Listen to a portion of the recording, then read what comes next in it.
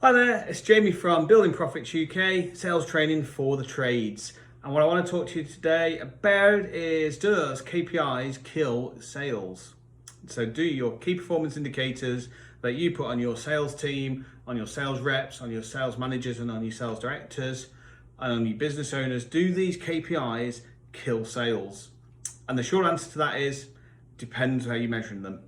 So two ways of measuring your KPIs. There are a number of businesses around the UK, and I've worked in these types of businesses myself. I know how this works. We'll manage your KPIs on performance of phone calls, so how many dials you make in a day, how many customers you go and see in a day, how many visits you make, and then they will essentially say, are you making 70 phone calls a day? Are you visiting 6 customers a day? And what they'll do is use that as a metrics. To say, yeah, we're getting in front of 70 people a day, we're getting in front of 6 people a day physically, we will be closing business. And then in 2-3 months time, when the salesperson or the business owner starts looking at it and going, I don't understand this, I don't understand at all, we're making 70 calls a day, or we're in front of 6 people a day and we're not selling enough, what's going on? So just wait to think about this for a second. You are tasked with making 70 phone calls a day. That is your number one target. Now, what you'll do as a natural human being, and not thinking as a salesperson, is you'll pick up the phone just like this.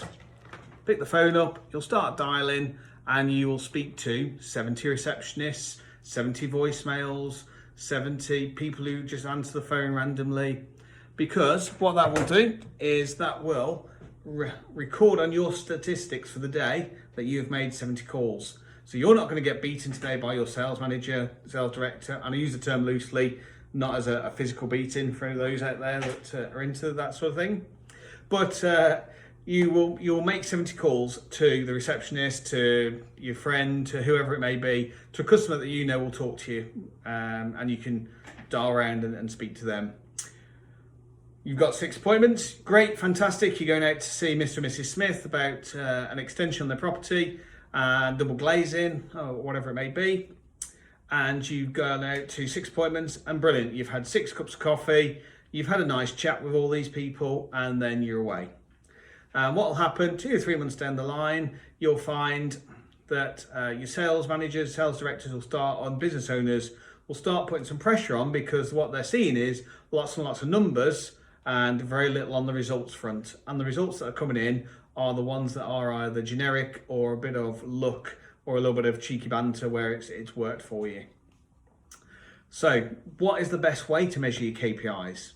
Well, KPIs should be looking at getting in front of key decision makers, whether that's 1, 2, family, husband and wife, partners, couples, wife and wife, husband and husband. It's getting in front of those people, and it should be a focus on talking to them about what the service you offer, the product you offer, how you fix whatever their issue may be. And it should be you coming out of that phone call or that meeting with a yes, we're going to buy your product, yes, we're coming with you, yes, we're going to swap our service to you, yes, you can mow my lawn every 2 weeks through the summer, no problem. No, you're not for us. We don't want to deal with you. You're too expensive. You're not for us, whatever that may be, or not right now. Come back in 6 months. So you should have a yes or a no. There is a little bit of an element of maybes. Now, maybes for me are generally a no. And I say that because I've dealt with a lot of customers who've said maybe over the time, and maybes are generally a no. The people just don't come back. They don't commit. They're not sold on the product or service. And maybe is a nice way of saying no, because what maybe does is say, I'm sorry, Mr. Salesperson or Mrs. Salesperson, it just is not maybe right now. Give me a call in a couple of months.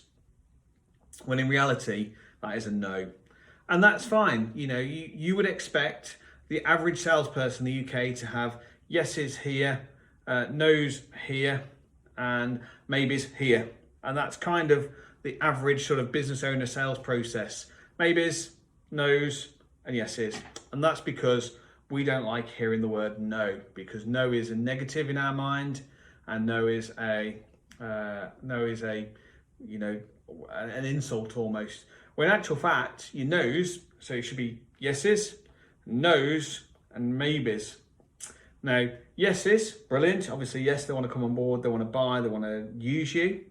No's, fantastic. Fantastic you've got that big number, because you haven't then got to chase all these people day in, day out, week in, week out, trying to get a decision out of them when really what they're saying is no in a nice way with their maybe.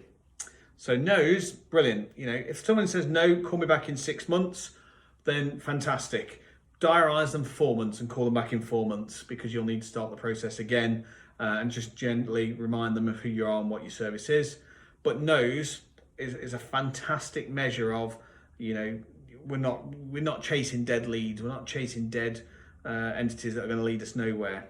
No's are fantastic, and as long as you don't become emotionally attached to yes or maybe, then this is where, you know, the majority will fall for you. The maybes for me should be sort of, you know, teeny weeny percentage, and those maybes are for very, very short timescales. So, you know, when you've gone to a meeting or you've met Mr. and Mrs. Smith about the landscape and they're saying, maybe I just need to sleep on it, it's a 24, 48, 72 hour window of maybe let me just, you know, follow up in a couple of days' time. Let me see where you're at in a couple of days with this. If they go from maybe to no, that's fine. If they go from maybe to yes, brilliant. I wouldn't want to see a maybe on a sales record past 3 at a very, very long push, 4 days, because essentially it is, the longer that goes on as a maybe, it is going to be most likely a no.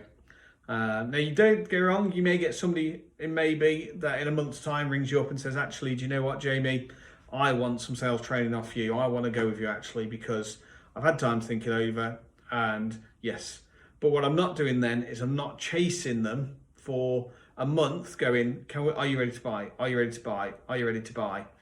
Are you, you know, what else can I do for you? Because at this point, they're not ready to buy. So put them into the no section, diarise them, put them in your diary, you know, follow up 3 months down the line, 4 months down the line with a quick call, but don't consistently put them into a follow-up process where it's never going to go anywhere for you, because you end up annoying the customer, making your 70 calls but wasting your time.